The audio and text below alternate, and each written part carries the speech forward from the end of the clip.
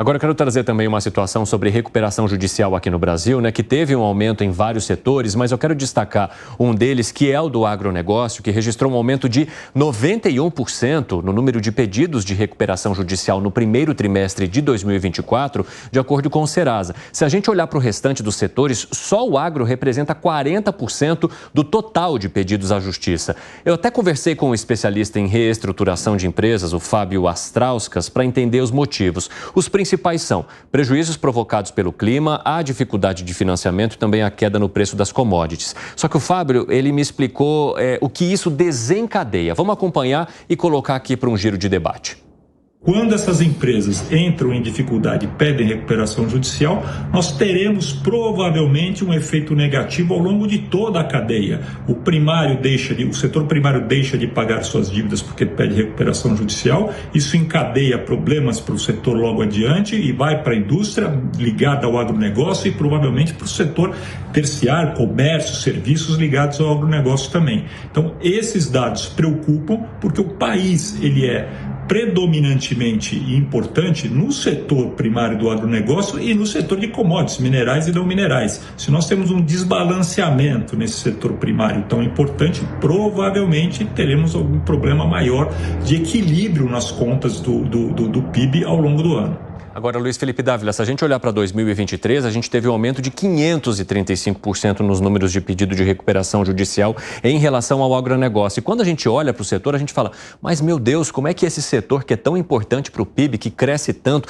que traz ali o respiro, né, dentro da economia, chega a essa situação? Que análise você faz? Bom, nós temos que olhar esse agronegócio. O problema é não poder olhar de forma genérica, tem que olhar o setor como um todo. O que acontece?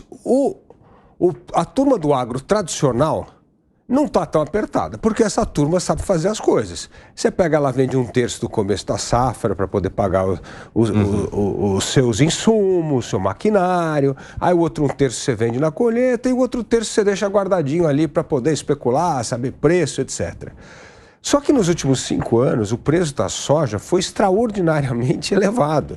E aí um monte de aventureiro entrou no agronegócio, né? Foi fazendo lá, porque isso aqui virou quase que um CDI. Todo ano está subindo. Bom, mas não é assim. E aí o que aconteceu? Então, em vez de fazer essa coisa cautelosa, vender 1/3 e tal, não, começaram a todo mundo estocar porque achando que o preço estava subindo. E realmente subiu. Então tem muita especulação. Tem muita gente que pegou essa bonança dos preços antigos, comprar equipamento caro, por exemplo, uma máquina que custava 2 milhões. Hoje essa mesma máquina custa 800, só que você está financiando a máquina no preço de 2 milhões que você comprou lá atrás. E aí caiu o preço da commodity. Então, sim, tem um problema de descasamento do valor atual, né, da commodity e o que você vem carregando de dívidas em encargos pagos por justamente com isso, compra de insumos, maquinário, etc., que estava muito elevado. Então, esse é um problema real que existe. Mas dentro do agro, existem vários agros. Eu vou dar um exemplo aqui. A soja, que é um preço importante, já está voltando ao preço, está devagarzinho retomando o caminho aí e deve voltar aos preços aí pré-pandemia, né? Então vai melhorar um pouco, eu acho. Acho que a gente... Por que o preço da soja agora com uma super safra estava baixo? Porque tinha muita soja estocada. Esse é o problema. E aí o que acontece? Você tem que ficar com aquele preço estocado e evidentemente o preço não consegue subir, mas vai começar a melhorar. Agora, é diferente, por exemplo, do açúcar, outra exportação do Brasil. O açúcar está no pico mais elevado dos últimos tempos, o preço do açúcar. Então, por quê? Porque é uma commodity que é diferente da soja. Aí você pega o leite, esse é um enorme problema. Por que o leite é um enorme problema? Porque no Brasil é baixíssima a produtividade no setor do leite. Você tem algumas grandes empresas que têm aquela produção, mas a maioria é pequeno produtor e esses caras não têm produtividade. Então aí você tem um outro problema. Então não dá para generalizar o agro. Dentro do agro tem que olhar cada commodity. Agora, esse número mostra o descasamento do financiamento de insumos passados com o preço atual. Agora, o que chama a atenção também, né, Fábio Piperno, é que além do agronegócio, a economia em geral ou outros setores da economia também apresentaram certa alta em relação aos pedidos de recuperação judicial. E tem um dado interessante, nos últimos 10 anos, apenas 40% dessas empresas que entraram com um pedido de recuperação, de fato conseguiram ter saúde financeira depois. Fala, Piperno. Para muita gente equivale a um ingresso na UTI. Se vai sair ou não é uma outra história. Exatamente. Agora, veja, o agro ainda tem mais uma outra questão, né?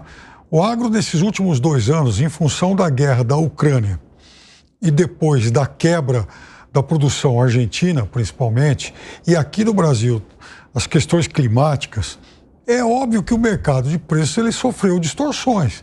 E quando, por exemplo, há, por razões climáticas, uma quebra na safra do Brasil, não é porque o agricultor, enfim, o produtor ele tenha sido ineficiente, irresponsável. É porque houve um acidente climático.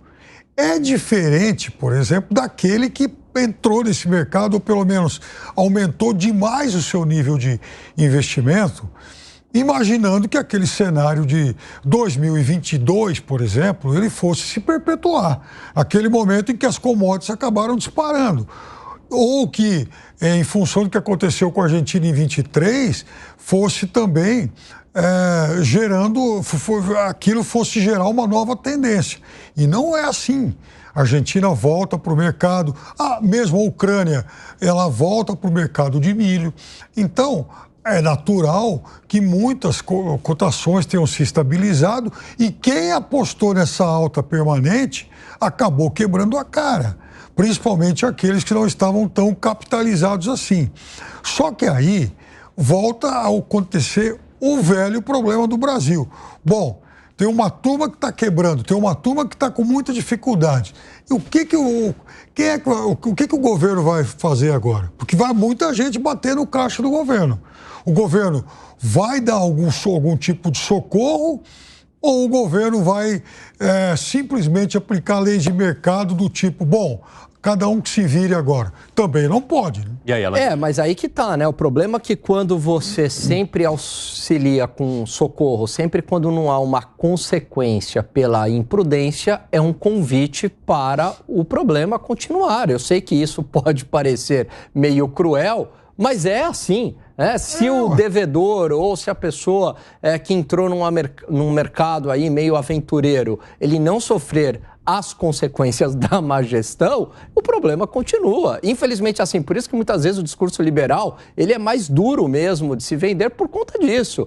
Agora, só trazendo um lado aqui, em relação aos assentamentos, porque isso eu ouvi de representantes do agronegócio, que muitas famílias são assentadas, ganham lá a propriedade de terra, né, aí no âmbito da reforma agrária, Evandro, e o que acontece? Elas não têm condições de continuar com o cultivo, porque elas não têm know-how, porque não têm capital, porque não têm tecnologia, e o que acaba acontecendo?